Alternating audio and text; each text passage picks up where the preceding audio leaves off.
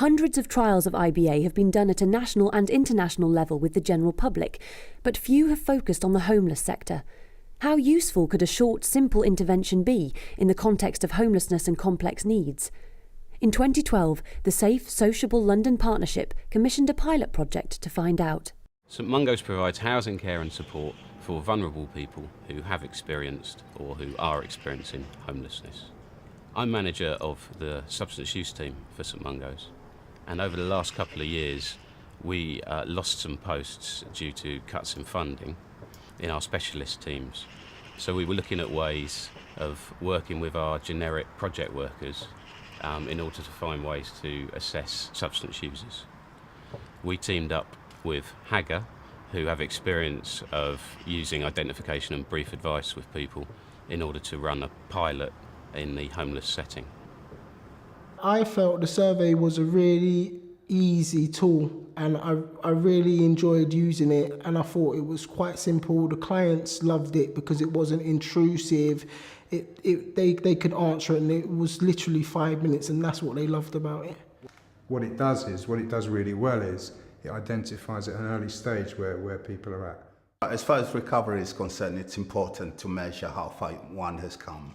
And to do that, you need to have a tool to help you to know the progress that you're making. Audit does that. When I think about what works with this and what doesn't work, it's like everything, you know, there are pros and cons.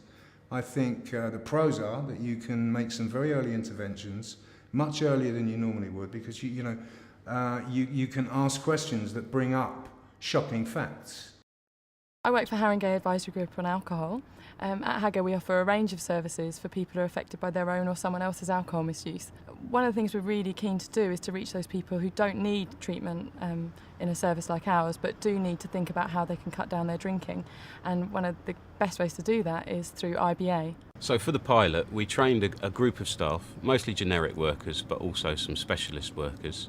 And we arranged 5 health days across a number of different hostel settings in St Mungo's, as well as some semi-independent housing sites. And we conducted the audit screen, the brief advice, and with a couple of other motivational questions, and also some questions off the outcome star. Then we went back 4 to 6 weeks later after the initial screenings and carried out re-screenings of people who'd scored over 7 on the audit tool. In addition to audit, 5 questions were asked from the outcome star, covering health, mental health, offending, managing money and use of time, as well as the following 2 motivational questions. How important for you is it to decrease your drinking? If you decided to reduce your drinking, how confident are you that you would succeed? All were scored on a scale of 1 to 10. Over the next few weeks, St Mungo's staff used these questions again to monitor progress and see if the IBA intervention had helped. How we introduced the survey in Mayor Street was by working with the complex needs worker, and we set up a health information day where we invited local services in to promote whatever information days they've got and what services they run, and also running like in-house raffle prizes and put on a spread of food, some competitions, and so we got the clients in, and that's how we started doing the survey. I was asked to take part in the pilot, and that's how I got involved with the IBAs. Although we have been using IBAs before, but I hadn't done any training on IBAs and extended brief intervention, so this was a great opportunity for me. The skills I took from the intervention pilot was how to answer the questions to the clients. I didn't sort of just read them off the page. I sort of read the question and just broke it down into my own words, which that particular client might understand.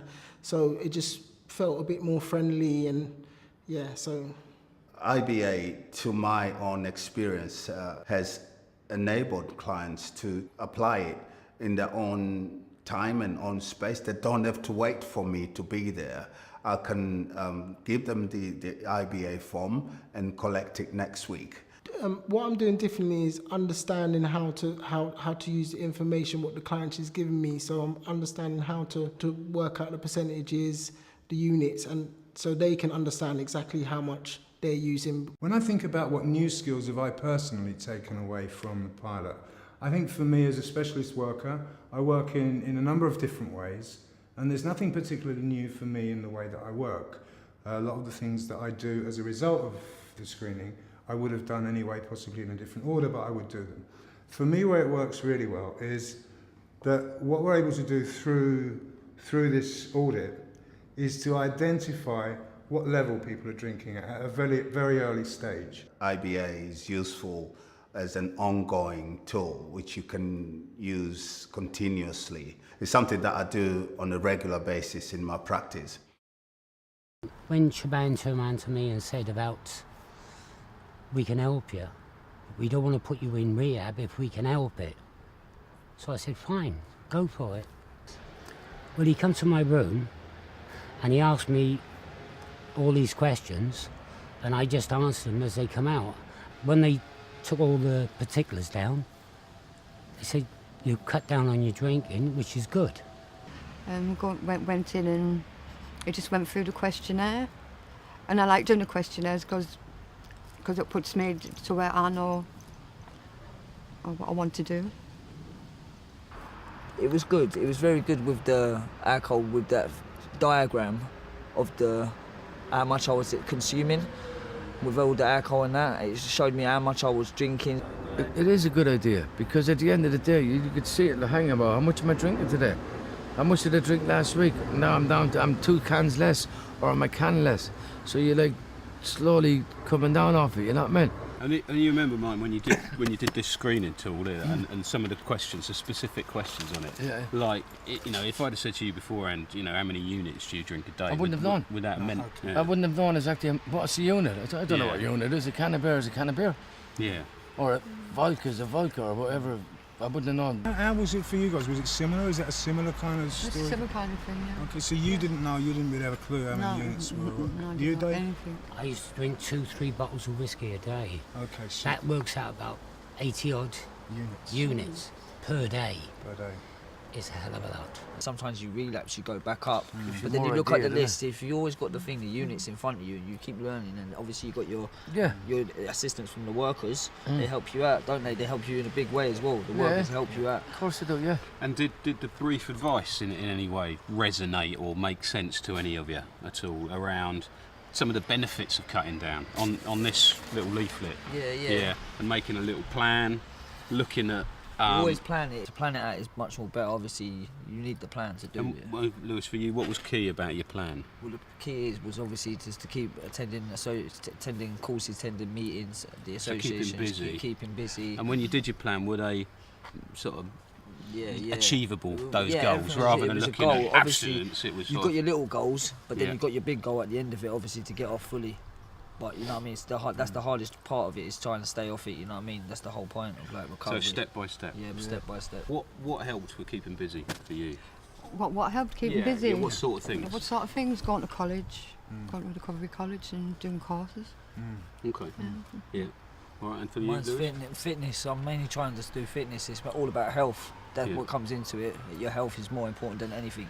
So for you then, the kind of brief advice was really key for you, because that, that's the essence of brief advice, is to kind of talk about kind of the health, the damage you're doing to your health. Yeah. And that was enough to kind of get your attention. Yeah. I think you're all drinking more before than you are now.